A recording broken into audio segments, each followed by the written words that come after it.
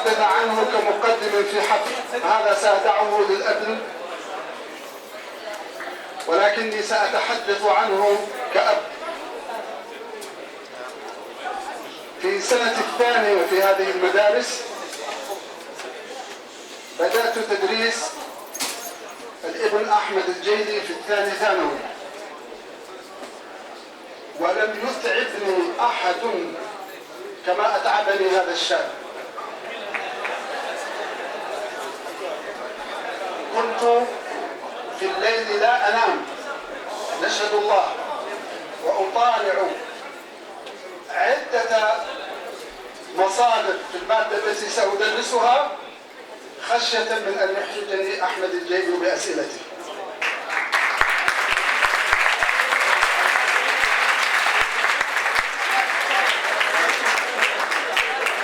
أحمد الجيلي كان نبراسا لزملائه الذين كانوا يدرسون معه، وكان يدهم اليمنى في مراجعة دروسهم، وكان المعاون الأكثر منهم. وفي عام أحمد الجيلي في السنة الثانية والثالثة ثانوي ضرب أساتذة الدروس الخصوصي، لأن أحمد الجيلي قام بالنيابة عنه بمساعدة زملائه. أحمد الجيلي ذهن وقاد وفكر مشتعل وقدرة على الحضور. لا أستطيع أن أقول في أحمد الجيلي إلا أنه أحمد الجيلي، وشكرا.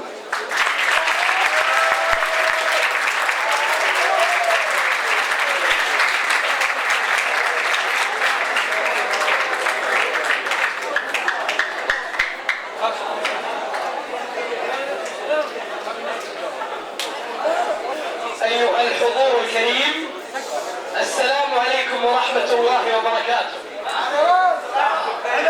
أتشرف وأسعد أنا الطالب ريان بن عبد اللطيف الفرج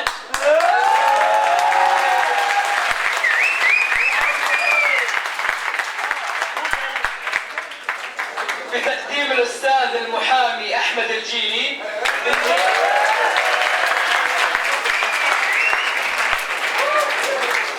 بالنيابة عن طلاب وكافة منسوبي مدارس الظهران الأهلية.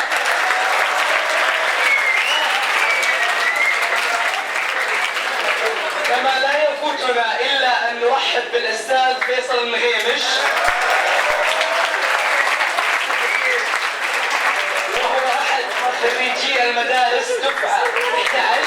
فأهلا وسهلا في مدارسنا.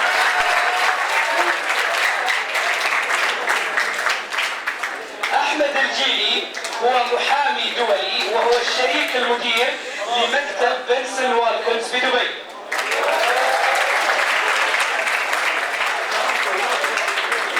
وهو مكتب محاماة عالمي ويمثل العديد من الشركات والحكومات والعالم العربي في صفقات الدمج والاستحواذ، وكذلك مشاريع النفط والغاز العملاقة، إضافة إلى تشريعات الطاقة. وقد تم تسميته محامي العام في قطاع الطاقة لعام 2013 من قبل مجلة لوير مونثلي. وقد عمل أحمد سابقا في مكتب سوليفان أند كرومل العريق في لندن، كما عمل مسبقا كمحلل مالي في مجموعة الطاقة في بنك مورغان ستانلي في نيويورك. يحمل أحمد شهادة البكالوريوس بمرتبة الشرف العالية في الدراسات التنموية والاقتصاد السياسي من جامعة هارفارد، إضافة إلى الدكتوراه في القانون بمرتبة الشرف من كلية الحقوق بجامعة هارفارد أيضا. وخلال فترته درس ترأس جمعية الطلاب العرب بهارفارد، كما كان من مؤسسي مؤتمر طلاب الجامعات العرب الذي تحول لاحقا إلى مؤتمر هارفارد العربي. وخلال دراسته للقانون كان الرئيس المؤسس لجمعية عدالة فلسطين. وشغل أحمد منصب رئيس جمعية خريجي هارفارد العرب، والتي انضم إلى مجلس إدارتها في عام 2010 إلى 2016. وتقديرا لجهوده لخدمة خريجي الجامعة تم تعيينه في عام 2016 عضوا في مجلس إدارة جمعية خريجي هارفارد للإشراف على أندية الخريجين في الشرق الأوسط وشمال إفريقيا. كما يقوم أحمد منذ 4 سنوات بإجراء المقابلة الشخصية للمتقدمين للقبول بهارفارد في الإمارات. وكما تم اختيار أحمد عضوا في المجلس الاستشاري لمؤسسة بيروت، وهي مؤسسة فكرية إقليمية. وكما تم اختياره في إدارة مجلس خريجي مدارس الظهران الأهلية التي تخرج منها في عام 1993، وكان ضمن ال10 الأوائل في المنطقة الشرقية، وهو من هواة فن الطبخ وكتابة الشعر. والآن نرحب بالأستاذ المحامي أحمد الجيلي، فليتفضل مشكورا.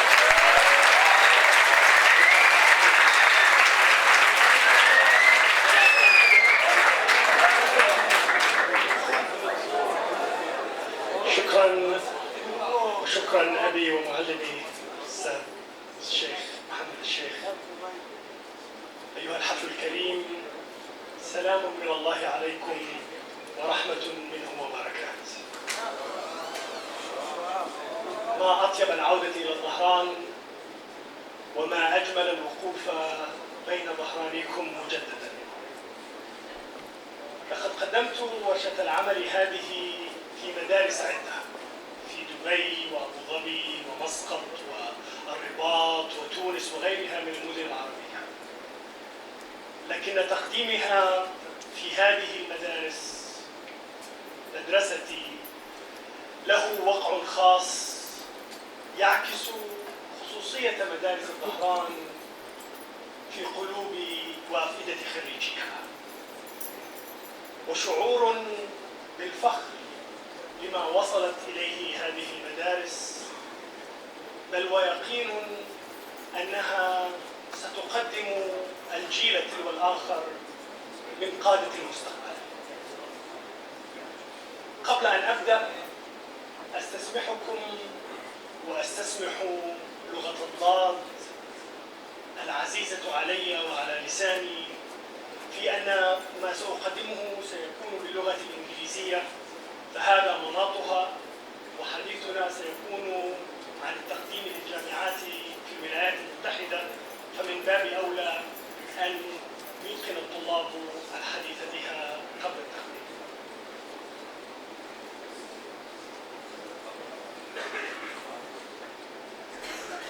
Ladies and gentlemen, this workshop is brought to you by the DAS Alumni Plus Council, and specifically by the DAS and Students Committee of the Council, on which I have the pleasure and the privilege of serving alongside Faisal Hamish and Manal Hanna. The committee, as the name suggests, aims to support the school and the students at the same time through a series of initiatives.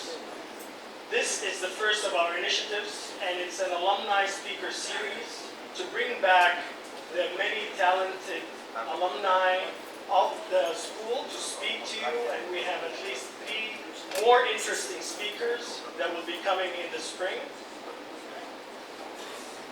And the second initiative is our mentorship program, which will pair one student, one alumni of DAS with at least 5 students in a specific field. For example, I will be a mentor for 5 students who are interested in law, and we will work with the school and the counselors to pair the students with their respective mentors. And this will be made available for students from grade 9 to 12. And the idea that the mentors will continue with the students throughout their duration in the school and even beyond, to make sure that they are well settled into their respective careers. Let me talk a little bit about the agenda for today's program.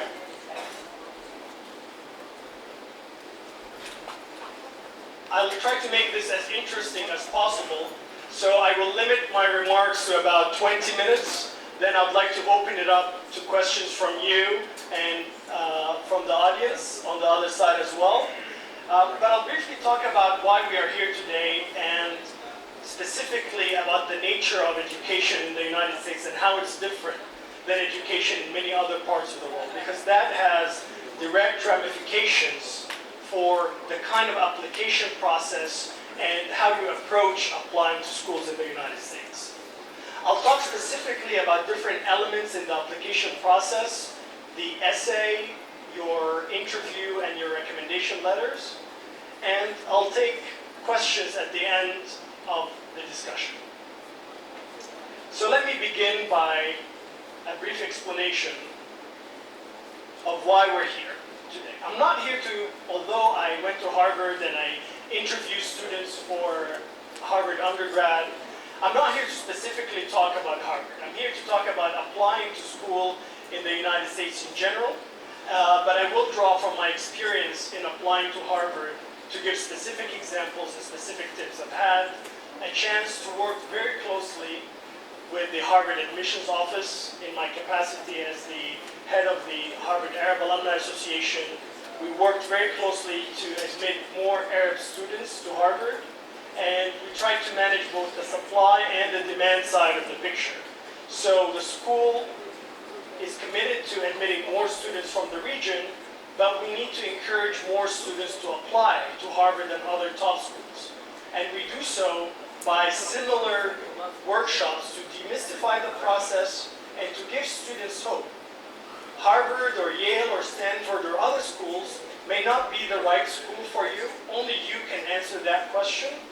And you need to have an honest discussion with yourself as well as with your family and your student counselors here to decide what is the right school for you. But what I will tell you is that at the same time, don't cut yourself too short and don't say no before they do. As we say, على قدر أهل العزم تأتي العزائم. So you should aim high and give it a shot. And then, if it doesn't work out, make sure that you have other alternatives that will cover your career options. So I will briefly discuss the various elements of the application process that I discussed. I don't intend to dwell too much on two important elements, not because they're not important. First is grades, but that's because it's self-evident. And then the second part is extracurricular activities. Mainly because a lot of you are already in the process of applying, so you really can't change much about your grades or your activities. But I want to give you a few tips, hopefully, about what you can change about the application process itself. And hopefully some subtle changes in your approach to the application process will be the difference between a reject and a wait list, or a wait list and an admit. So with that in mind, I'll start talking a little bit about the nature of education in the United States and how competitive it is. I mean, if you take a school like Harvard, this year alone there were 37,000 applicants competing for 1,600 spots only. What does that mean? It means that it's a very competitive process, and it also means that a lot of very qualified students are not admitted. But what typically happens, students who are not admitted to Yale will get admitted to Harvard, or who are not admitted to Stanford will get admitted to UPenn, and so on and so forth. So the purpose of this statistic is, one, not to despair, but also to give you an incentive to ask the question, how can you distinguish yourself from among the thousands upon thousands of applications? And we'll talk a little bit about how you can do that. But to answer this question, you need to know what you're solving for. And what we're solving for is what kind of education that you're applying for. The United States is very unique in the world, is that you don't go to your undergraduate degree to learn a profession. The system of education is called liberal arts education.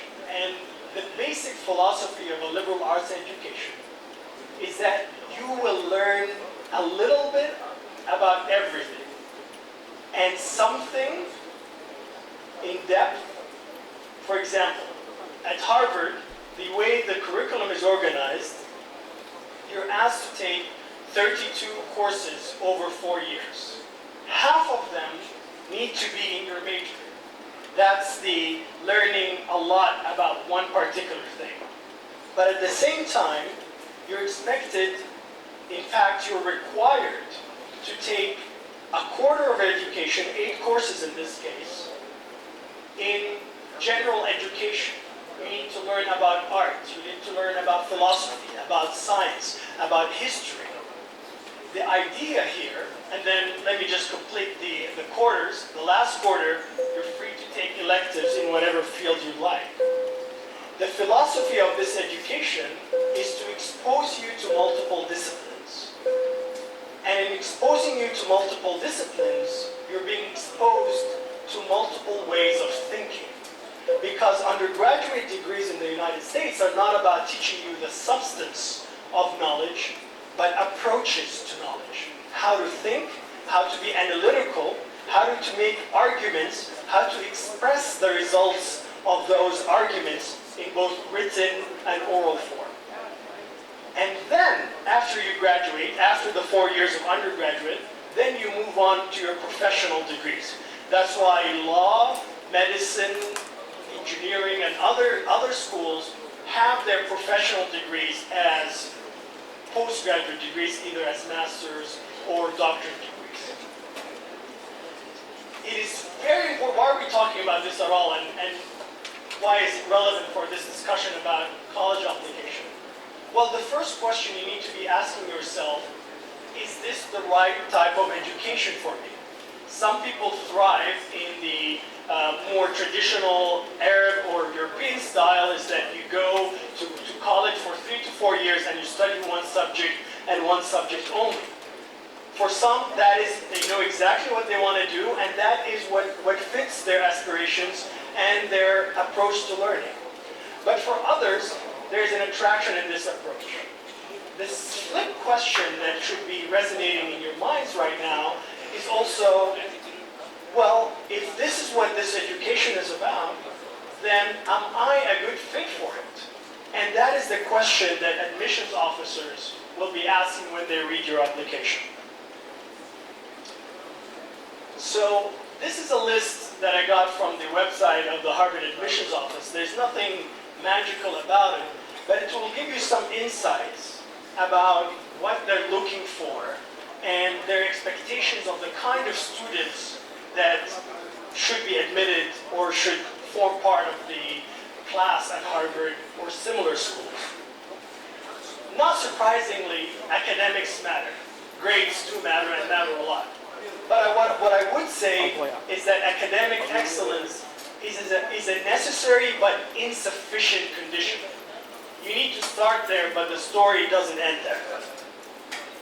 Some students will be very well-rounded. They'll be very strong in a variety of subjects and activities and commitment to community and the school activities. Some will be very focused. This may be the student that will find a cure to cancer, or the student that is very focused on his musical talents or her acting career or what have you. But beyond passion and grades, they need to have intellectual curiosity.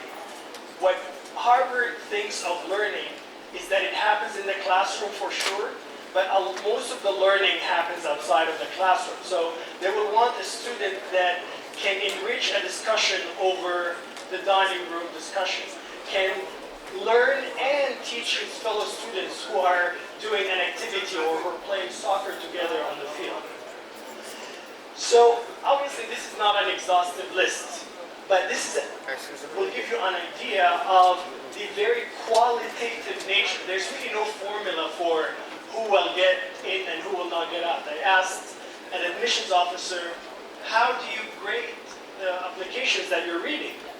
And her answer was, while I'm reading the application, if something comes out of the application, something tickles my imagination, I put a tick next to, on the margin of the application. And at the end of reading the application, I just count the ticks, and the student with the most ticks gets admitted. So it's more of an art than a science. And it's very important to know that, because you need to be able to distinguish yourself in your essay, in your interview, in your recommendation letters to make sure that you get these ticks. And you do so by trying to bring more color to your application and bringing your own personality forward.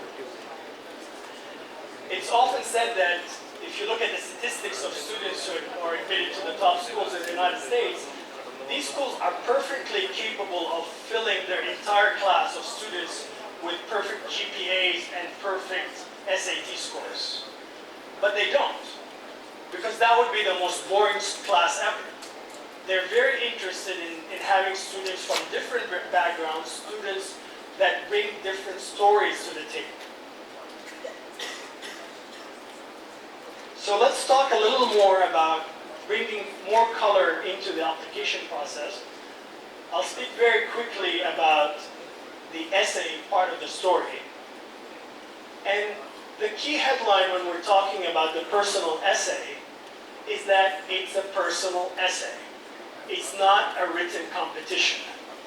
And a lot of students forget that. They focus on writing the next, Nobel Prize piece of literature that says nothing about the student. Just imagine you have an admissions officer that just printed out 37,000 applications. They're going to read all of these, and they're not interested in a boring story about something that has no connection to the student. You need to, in your essay, bring out your personality and your story. And how do you do that? You do that by starting early. You can't really write your essay the night before it's due. You start early and you think strategically about the essay. How does it fit into with your application? You need to talk up with your teachers to make sure that what is covered in the essay is consistent with what's in your recommendation letters. And you weave one holistic story about yourself that can present the case for why you should be an interested student to be admitted to that school. I'll just give a couple of examples of essays. I'm not going to proceed to read these, but if you just quickly skim these, there's a clear difference between the three paragraphs here. The first paragraph is a well-written narrative about a scientist, but tells us nothing about the applicant. The quality of the essay only gets better when the writer starts inserting why is this story personal to them? Why does it resonate to them personally? And why does it make them want to study the field of study that they want to study? If we move from, so if you borrowing an analogy of legal practice, if you view the essay as your written case for why you should be admitted, the interview is in a way your oral submission and your oral argument in defense of your case. So you need to think of the interview as a purpose conversation. It's a conversation, but it has a very clear purpose. And that purpose is to explain to the interviewer, and I am one of those interviewers, I interview many students every year, why you should be different and how do you stand out from other applicants. When I'm interviewing a student, I usually have a form in my hand that is supplied by the school. And not surprisingly, the sections in this section, in this form, correspond to the various areas that the admissions officers told us are important to them. They want us as interviewers to comment on the personal qualities of the student. So when I'm interviewing a student, I try to tease out whether this is a mature student or not, whether this student has a sense of purpose or not, whether this student can live on their own without their family or not, whether this student is open-minded and is ready to live with students from other cultures and other countries or not. That's the kind of personal qualities that schools in the United States will be interested to, either through the interview or your recommendations, to get a sense of who you are. The second bucket of information is about their activities. I spend at least half an hour when I interview students talking about their activities. it's not, you are very blessed to be in a school that has a wealth of activities available for its students. The first question we ask, have you taken advantage of the opportunities that the school has made available to you? An activity doesn't have to be a classic form of activity like the student council or something like that. It can be sports. You can be nationally recognized swimmer, or you can be have a very special talent in music, or you can be a leader in the student council or in the journalism club or what have you. But the idea that we're trying to test for as interviewers is, do you have a passion? And do you have a passion about others, not just about yourself? Are you someone who's willing to give back to community and be part of a larger story, larger than just your own personal story? The third bucket of questions that we talk about is about academics. Needless to say, it's a university, but it's not a coincidence that it's really the last part that we get to in our discussions. We talk about academics. We try to test for academic curiosity, intellectual curiosity reflected in essays, research projects. Even just by having it, when you talk to a student and see their eyes lighting up as they talk about a subject they're passionate about, you can tease out whether they are particularly interested in a subject or not. And at the end, we're asked to give an overall recommendation. So, a number of schools in the United States, Harvard included, has the interview as a recommended but not a mandatory requirement in the application process. And I would say you should definitely do it, because it's another chance for you to prove your qualifications and to add color to your application. So even if it's not convenient, sometimes the interviewer, especially, there are a number of interviewers here in Saudi, but if they're not available, make the effort to interview by Skype or by phone. And that's true of other universities as well, because having the support of an alumni of the school who will be endorsing you in your application is only a plus. It will not harm your application. It's also important to go with intelligent questions. It's not a one-way conversation during the interview, so we usually allocate the last third of the interview to see whether the student did their homework about the school. So make sure that you actually go onto the school websites, come up with a number of intelligent questions that you can ask about the school, about the life in the dorms, etc. There are a variety of intelligent questions that you can come up with. Then lastly, I've talked through these points. Just basic etiquette, when you are setting up the interview and after the interview, it would be nice to follow up with the interviewer with a nice professional thank you note. Some students end up stalking their interviewers. Please do not do that. And make sure that you keep it short and professional. The final part, this is just some of the tips. And the interview, when we interview a student, we don't get any information about them from the school, so beyond the fact that they're applying. So you need to provide the interviewer with and some of you will have CVs, so do provide your CV or your test scores, as well as a summary list, maybe a page or something, of your accomplishments.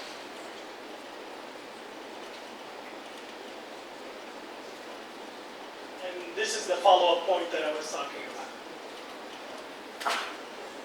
Last but not least is the recommendation letter.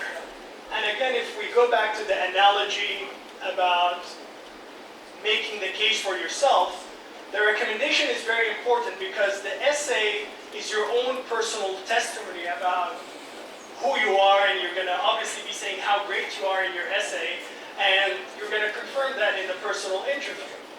The benefit from the perspective of the school of the recommendation is that it's an independent third party giving evidence to confirm what you said. And that's why it's very important to make sure that you pick the right recommender. A lot of people think that you need to pick someone who's famous. So they go and get a recommendation from a minister or even from an alumni of the school. I get an endless number of requests to write recommendations for students to Harvard. But if I don't know the students, I will not write a recommendation for them. And in fact, even if I do, I would be doing them a huge disservice. Because the whole idea of a recommendation is that it needs to come from someone who knows you and someone who knows you very well. So, to be more specific, it's not enough that someone writes a recommendation letter and says, X is one of the smartest students I've ever had. Because you can expect that almost every one of the 37,000 applicants will have a recommendation letter that says they are extremely smart, they're incredibly active in the school.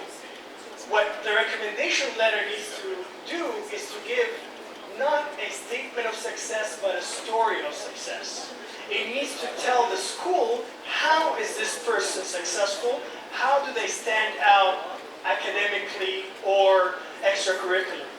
I'll just give you a few examples. So, if a recommendation letter said she was the top performing student, that's really not unique, and it's obviously you need to be a top performing student, but it would be much better if the story was about how this person showed up to school or helped other students in class or had a particular problem and were able to overcome it. Other examples, just moving from the academic to the extracurricular, mere statements of fact are good, but they're not enough, and they need to be supplemented with additional information. So you need to talk about specific instances when this student did something that made them stand out and is worthy of memory. Because when the admissions officer is reading all those applications, they want to end up reading your application and recommendation letter or essay and say, geez, I want to meet this person. And if your recommendation letter or your essay does not achieve that, start again. You need to leave that kind of lasting impression on the reader. And put yourself in their shoes. They're reading thousands upon thousands of applications. How will you stand out? Just other examples that by just giving a little more detail, you're able to give a narrative of leadership. This person helped other students who are being excluded, and that's a story that an admissions officer will raise their eyebrow and say, interesting, I'm going to give this one a tick.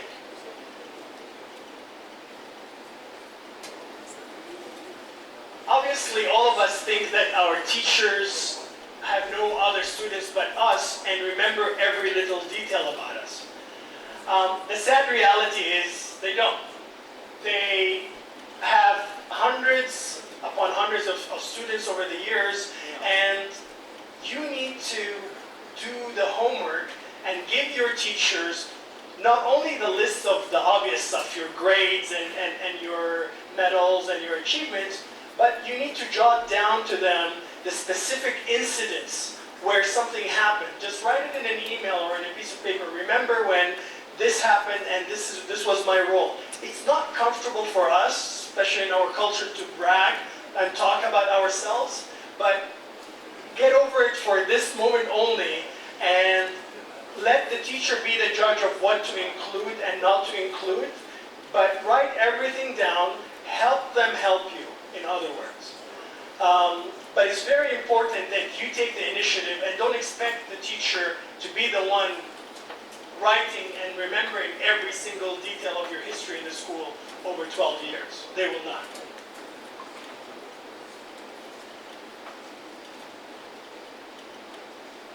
So we covered a lot of grounds, and I'm going to pause in a second here to start taking questions. We started by talking about a liberal arts education and how it's different than other educational approaches. It's an education system that teaches you something about everything and a lot about something, and you need to ask yourself whether that's the kind of education that fits your personality and your approach to learning. If it is, then you need to make sure that when you're applying, you keep that in mind because that's what they're looking for. You need to be very specific and add color to your application, specifically to your essay, and the vocabulary you use needs to be good. You need to prove and make sure that it's not a sloppy essay, but most importantly, it needs to be a story about you more than a story about someone else. You need to be very purposed in your interview to communicate the messages that are consistent with what's in your application. The interview is also a very good opportunity to address weaknesses in your application that you did not address elsewhere. Let's say you had bad grades in a specific subject. The interview would actually, and this happened to me several times, where the student would actually explain that during 8th grade or 9th grade, that specific semester, grades went down because they were sick, or there was a death in the family, or there were specific circumstances that explain those grades, and I write that in my report, and that's very helpful for the admissions office to take that into consideration. And then finally, we talked about recommendation letters and how crucially important it is to be as specific as possible and to feed the recommender with information. I'm going to pause now. I know I covered a lot of grounds, and I don't expect you to remember all of this. But I'll leave in the background as we take the questions. These are lists of questions that the Harvard Admissions Office posts on its website about the questions they consider as they're reviewing the application. I would suggest that you take a look at them, but I'm not going to read them, and I'll just pause now for a few questions.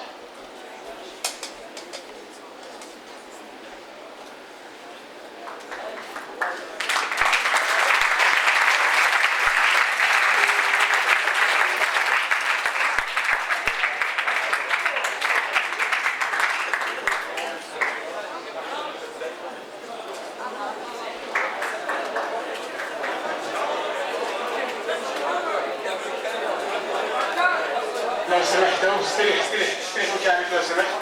بارك الله فيك، شكرا. استريح مكانك لو سمحت.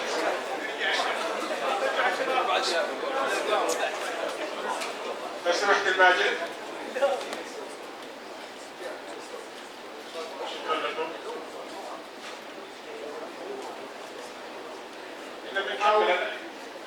بنكمل الآن برزنتيشن، بعدها راح ننتقل للأسئلة. فرجاء الحصة الأخيرة برضه راح نكمل فيها المحاضرة، فرجاء الالتزام بالأماكن. شكرا جزيلا. تفضل أستاذ. We'll start with the Q&A. How is Harvard different from other schools and colleges in the USA? There are a lot of wonderful and excellent schools in the US, so I wouldn't say that Harvard is different per se. Just historically, Harvard was founded in 1636, so it's one of the older universities. And with that comes a certain prestige, and also comes a lot of resources. We live in an age where financial resources enable a university to have a very big endowment. Harvard has an endowment of about $20 billion that allows it to invest in research, invest in labs, and get the best professors and build the best facilities, and it becomes as a virtuous cycle as a result of that. But there are at least 200 excellent schools in the US, and what you need to be looking at is to what kind of school fits your interests, what kind of school fits the geography you like. There are very different climates in the US and different approaches to knowledge. There are big schools. Harvard is on the bigger side of things with a class of 1,600. Some of the smaller liberal arts colleges offer much more intimate settings, and some students like that kind of hand-holding and direct supervision. For others, they don't need that, and the bigger environment they thrive in. Excuse me?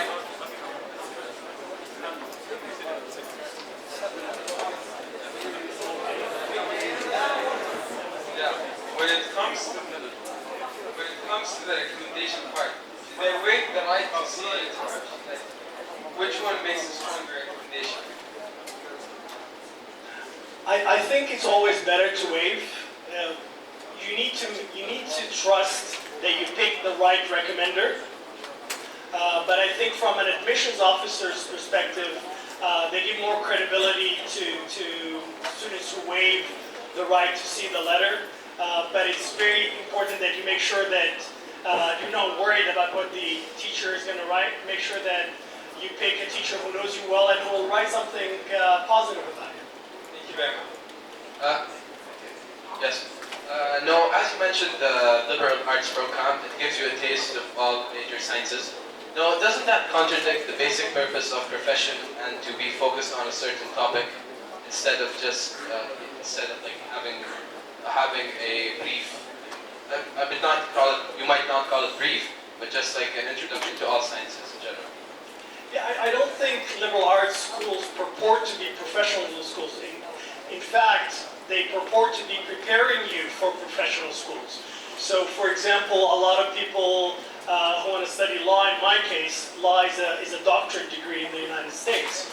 But I studied political economy undergrad that had nothing to do with law. The idea is that the liberal arts education will give you a better foundation for your professional degree by giving you that analytical toolkit, by giving you the ability to understand different disciplines. And the idea also is that a profession is not divorced from the life we live in. So if you're an engineer or a doctor or a lawyer, you live in society and will be acting with people. And the liberal arts education will give you that language of conversation with people from different walks of life. Thank you. We have a few questions from the website.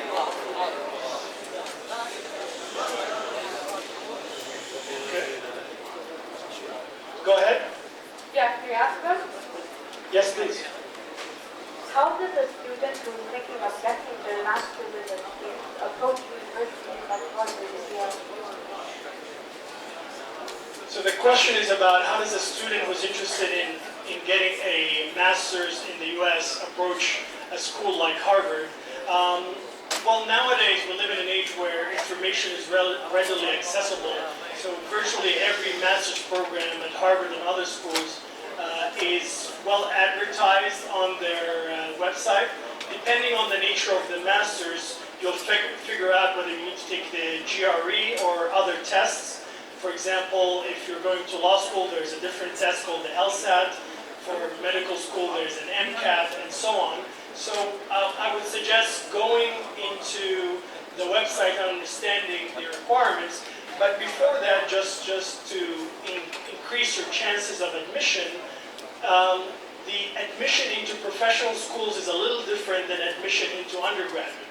So all of what I was talking about in terms of activities and what have you is a lot more important when you're applying to your bachelor's degree. But when you're applying to a master's or a doctorate, grades become a lot more important. So the weighting that schools in graduate school apply to your grades is a lot more in that case. So the first thing you can do for yourself is to make sure that you have an outstanding academic record.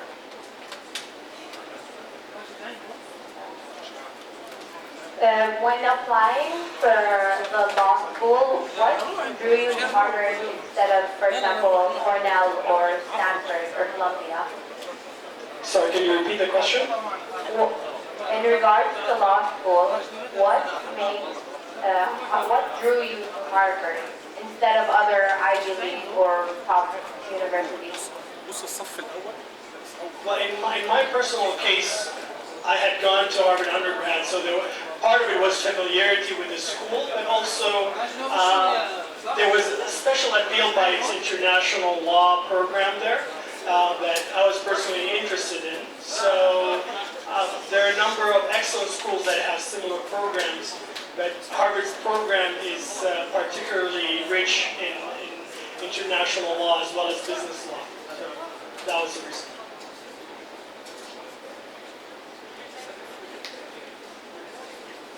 How much does your SAT score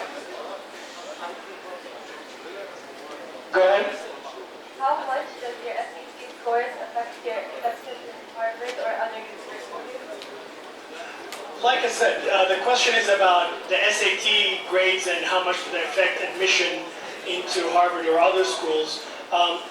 Needless to say, grades are very important as well as standardized test performance. But again, Harvard can admit the full class based on 800 full SAT scores, but they don't. Historically, about 20% of the class has perfect SATs. About, the median is around 750 in the old SAT grading system.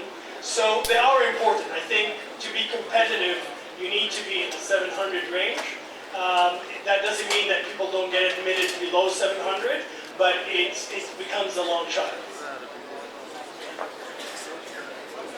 Hi, what are some of the obstacles that you face as an international student applying to U.S. colleges?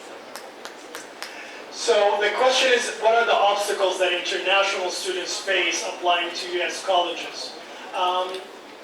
One of the obvious obstacles that students face is financing education in the United States, which is very expensive.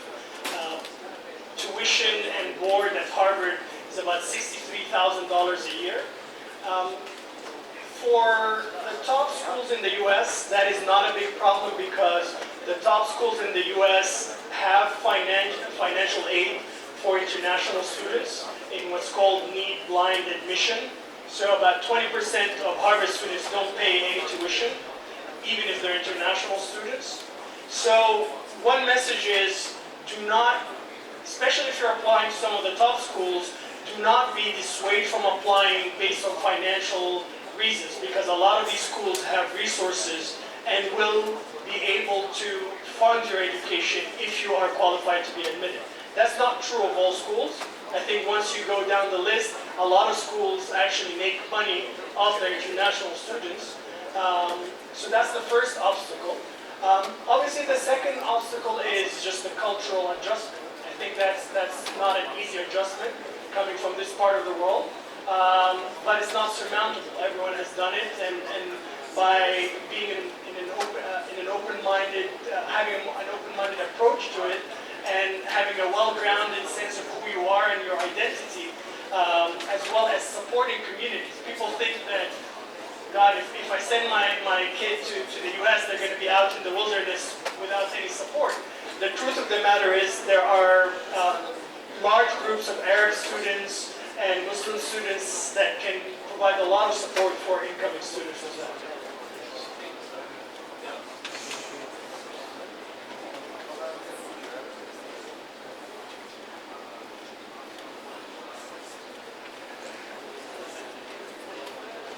The question is not relevant to the topic, but from your personal experience, how do you think a person should apply, or what do you think a person should major in college? I definitely can't answer that because it will depend on the person. In the US, what I say to students is that you should major in something that you're passionate about for two reasons. One, because in the US it doesn't really matter what you study in college because it's a liberal arts education and you will go on and get a professional degree. But the second reason is really strategic, because if you major in something you're passionate about, you're going to do well in it. And if you do well, you're going to have good grades, and those good grades are going to be very important when you are applying to professional schools, master's and PhD programs. How can I know which college fits me for sure, even if I did register? Sorry, can you repeat the question? How can I know which college fits me for sure, even if I did my research? I missed the question. How can you know if a school... Fits me, even if I did my research? Okay, the question is, how do you know if the school fits you or not? There are different sources of information.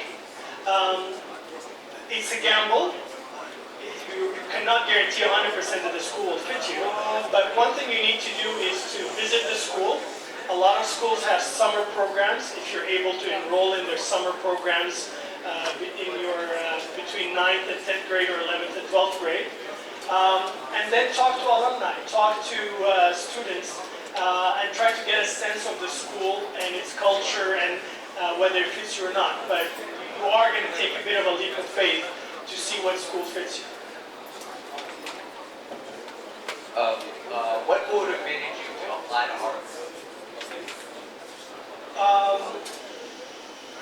I applied to a number of schools because it's just arrogant to apply to just one school. And I got rejected by some schools and I got admitted into some schools because the process, as I explained, is fairly unpredictable depending on the number of ticks that the admissions officer will take next to your name. What motivated me personally is I wanted a quality education.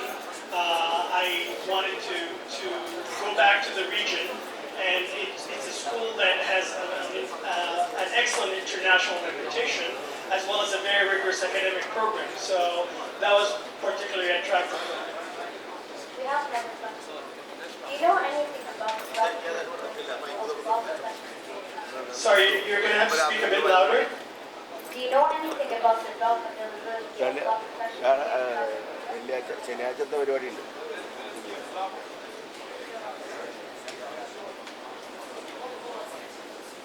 I think the question is about the law profession in Saudi Arabia, is that correct? Yeah, no, the profession has been going tremendous transformation over the last few years, and for both males and females. There are now a number of licensed Saudi females, and my own firm has an office in Riyadh with male and female lawyers. So the demand for law and lawyers is increasing, and that's obviously a direct function of an expanding economy with a need for complex transactions, which means that we need lawyers and bankers and other professionals that would be structuring these transactions.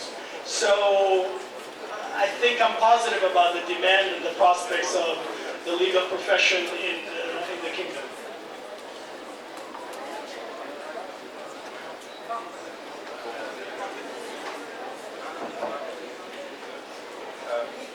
From your experience, what are your tips to prepare for the SET?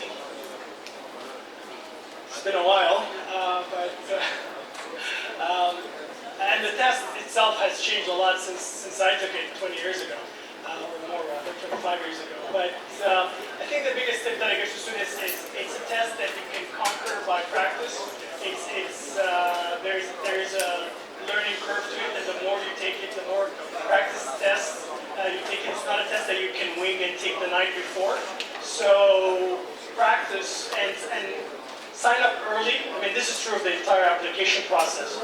Is to try to front load it and do it at pace. You're not doing it under stress, so you have a chance to retake it if you need to. I think we're going to alternate male-female. So if there's a question from the female side, go ahead. What would you recommend for a person that wants to pursue a double major? I think if there are two considerations when considering whether you pursue a double major. The first one is whether the school allows it or not, and whether they're compatible or not.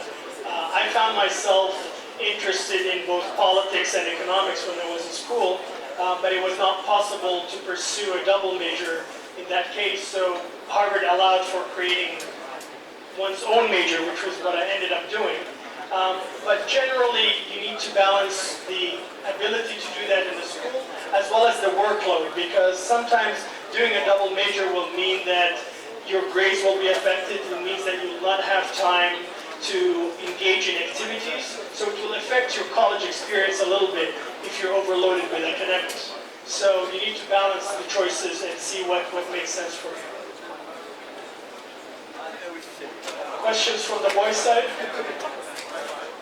How does Harvard career in the future? How does Harvard affect your career in the future? How does Harvard affect your career in the future? I think Harvard or any other school doesn't guarantee a career. And I know a lot of unemployed Harvard alums. The idea is that you need to go to a school that fits you and that fits what you are able to do and to do well in that school. Obviously, some school names open doors, but the work needs to come from you. And at the end of the day, the name of the school is only a part of the calculus that you need to be looking at when considering which school you go to. One question from the girls' school. Do you think it's So this will be the last question from both sides. do you think it's realistic for white students to apply for U.S. colleges with an alternate to them not having lessons or maybe courses? Yeah, the question is whether it's appropriate for someone who's gone through the muqarrarat to apply to school in the U.S. I personally applied under the old system, which was even less developed than muqarrarat with the Thanawiyya Amma. Obviously, the school here prepared us a lot better than most other schools by studying English early. We had activities, what have you. But I don't see a barrier in being in muqarrarat versus IB why you shouldn't apply. We've had a number of the Dhahran Ahliya alumni go to top universities around the world based on the old system, and I'm sure under both the muqarrarat and the IB they'll be equally qualified. We'll take one final question from the boys' side. Okay. Shukran jazeelan.